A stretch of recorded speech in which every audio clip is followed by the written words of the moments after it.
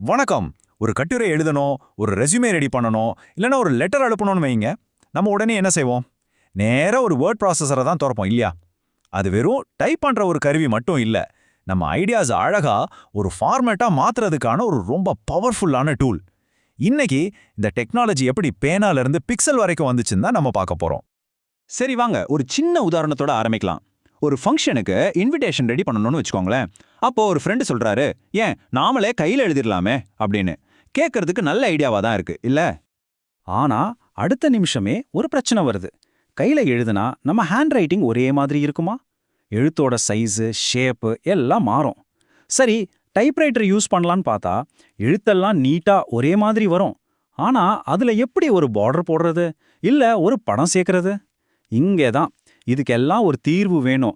இதை விட பவர்ஃபுல்லா ஒரு டூல் தேவைன்னு ஒரு எண்ணம் உருவாகுது. ஸோ இன்னைக்கு நம்ம என்னெல்லாம் பார்க்க போறோம்னா, முதல்ல பேனா, டைப்ரைட்டர்ல என்னென்ன பிரச்சனைகள் இருந்துச்சுன்னு பார்ப்போம். அப்புறம் வேர்ட் ப்ராசஸிங் எப்படி ஒரு சூப்பர் சொல்யூஷனா வந்துச்சுன்னு தெரிஞ்சுக்கலாம். அதுக்கப்புறம் ரொம்ப பாப்புலரான மைக்ரோசாஃப்ட் வேர்ட், அப்புறம் அதோட open source alternative Libre office writer பத்தி பார்ப்போம். கடைசியா இப்போ இருக்கிற கிளவுட் டெக்னாலஜி நம்ம டாக்குமெண்ட்ஸை எப்படி எங்கிருந்து வேணாலும் ஆக்சஸ் பண்ண வைக்குதுன்னு பார்க்க போறோம்.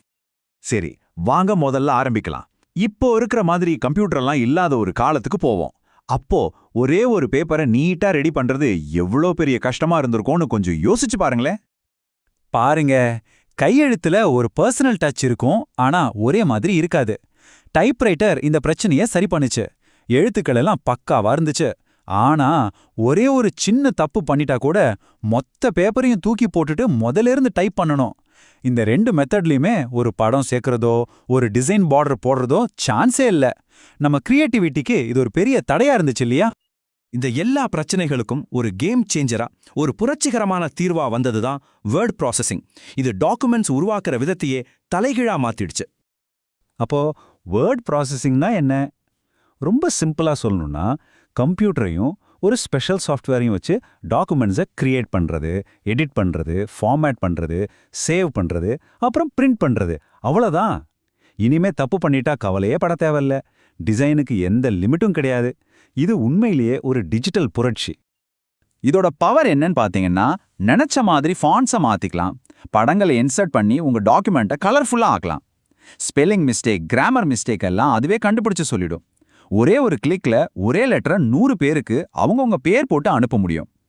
அது மட்டும் இல்ல, பிரிண்ட் பண்றதுக்கு முன்னாடியே பேப்பர்ல எப்படி வரும்னு பார்த்துக்கலாம். இது சும்மா ஒரு வசதி மட்டும் இல்ல, நம்ம நேரத்தையும் உழைப்பையும் மிச்சப்படுத்துற ஒரு மேஜிக் மாதிரி.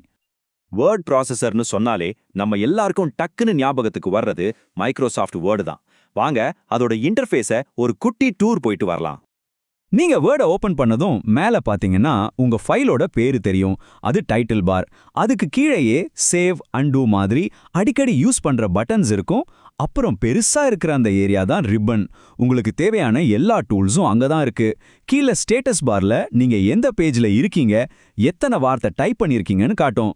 இந்த மாதிரி ஒரு நீட்டான அமைப்பு இருக்கிறதால நமக்கு தேவையானதை ஈஸியா கண்டுபிடிச்சிடலாம். அந்த ரிப்பன்ல ஹோம் டேப் தான் நம்மளோட மெயின் கண்ட்ரோல் சென்டர். ஒரு ஹெட்டிங்கை பெருசா காட்டணுமா, போல்ட் பட்டனா அழுத்துங்க. ஒரு வார்த்தையை மட்டும் தனியா காட்டணுமா, இட்டாலிக் யூஸ் பண்ணுங்க. முக்கியமான பாயிண்ட்டுக்கு அடியில கோடு போடணுமா, அண்டர்லைன் இருக்கு.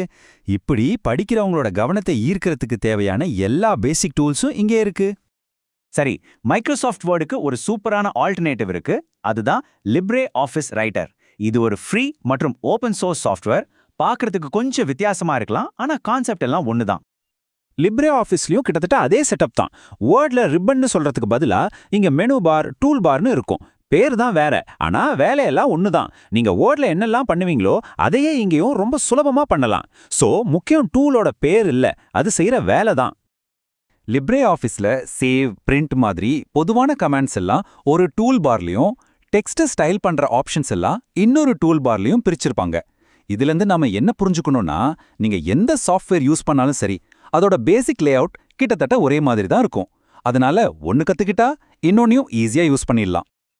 இது வரைக்கும் நம்ம பார்த்தது எல்லாமே நம்ம கம்ப்யூட்டர்ல இன்ஸ்டால் பண்ணி யூஸ் பண்ற சாஃப்ட்வேர்ஸ் பத்தி. ஆனா இன்னைக்கு டெக்னாலஜி நம்மள அடுத்த லெவலுக்கு கொண்டு போயிருக்கு. அதுதான் கிளவுடு.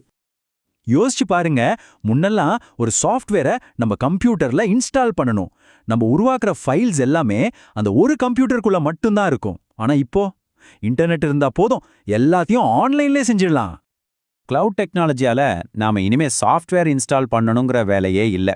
நம்ம ஃபைல்ஸ் எல்லாம் ஆன்லைன்ல சேஃபா இருக்கறதால கம்ப்யூட்டருக்கு ஏதாவது ஆனா கூட கவலைப்பட வேண்டாம். நம்ம ஹார்ட் டிஸ்க் ஸ்பேஸும் மிச்சம். ரொம்ப முக்கியமான விஷயம் என்னன்னா, வீட்ல லேப்டாப்ல ஆரம்பிச்ச ஒரு வேலைய வெளியில போனதும் நம்ம ஃபோன்ல இருந்து அப்படியே கண்டினியூ பண்ணலாம். கூகுள் டாக்ஸ், மைக்ரோசாஃப்ட் 365 மாதிரி சர்வீசஸ் நம்ம டாக்குமெண்ட்ஸை நம்ம கூடவே கூட்டிட்டு போகுது.